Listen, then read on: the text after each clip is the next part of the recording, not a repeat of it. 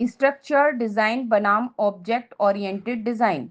Software engineering में software design का उद्देश्य यह तय करना होता है कि सॉफ्टवेयर सिस्टम को किस तरीके से व्यवस्थित किया जाए और उसके अलग-अलग भाग किस प्रकार काम करेंगे।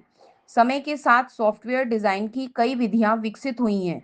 इनमें से दो महत्वपूर्ण तरीके हैं, स्ट्रक्चर डिजाइन और ऑब्जेक्ट ओरिएंटेड डिजाइन। ये दोनों सॉफ्टवेयर को डिजाइन करने के अलग-अलग दृष्टिकोण प्रस्तुत करते हैं।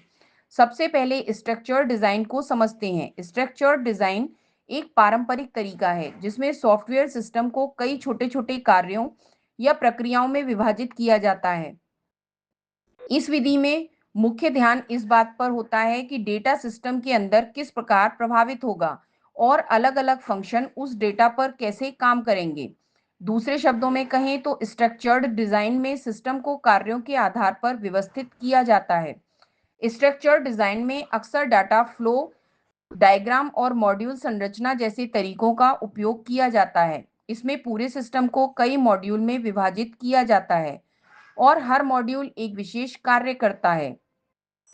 उदाहरण के लिए, यदि किसी बैंकिंग सिस्टम को स्ट्रक्चर्ड डिजाइन के आधार पर बनाया जाए तो उसमें अलग-अलग कार्यों के लिए मॉड्यूल बनाए जा सकते हैं, जैसे खाता खोलना, पैसे जमा करना, पैसे निकालना और लेन-देन का रिकॉर्ड संभालना।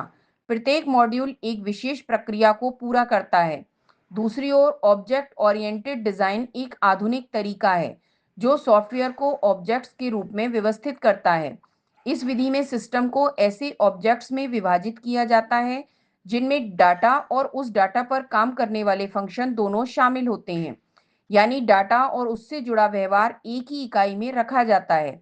इस कारण ऑब्जेक्ट ओरिएंटेड डिजाइन अधिक व्यवस्थित और समझने में आसान माना जाता है। ऑब्जेक्ट ओरिएंटेड डिजाइन में क्लास और ऑब्जेक्ट जैसे विचारों का उपयोग किया जाता है। उदाहरण के लिए, यदि एक ऑनलाइन लाइब्रेरी सिस्टम बनाया जा रहा हो तो उसमें बुक, स्टूडेंट और लाइब्रेरी जैसी ऑब्जेक्ट बनाए जा सकते हैं। बुक ऑब्जेक्ट में किताब की जानकारी होगी, जबकि स्टूडेंट ऑब्जेक्ट में छात्र से संबंधित जानकारी होगी। इस प्रकार सिस्टम को वास्तविक दुनिया की वस्तुओं की तरह व्यवस्थित किया जाता है, जिससे उसे समझना और विकसित करना आसान हो जाता है।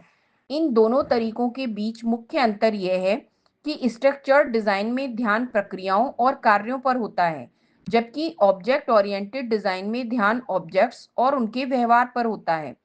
स्ट्रक्चर्ड डिजाइन में डाटा और फंक्शन अक्सर अलग-अलग रखे जाते हैं, जबकि ऑब्जेक्ट ओरिएंटेड डिजाइन में डाटा और फंक्शन को एक साथ रखा जाता है।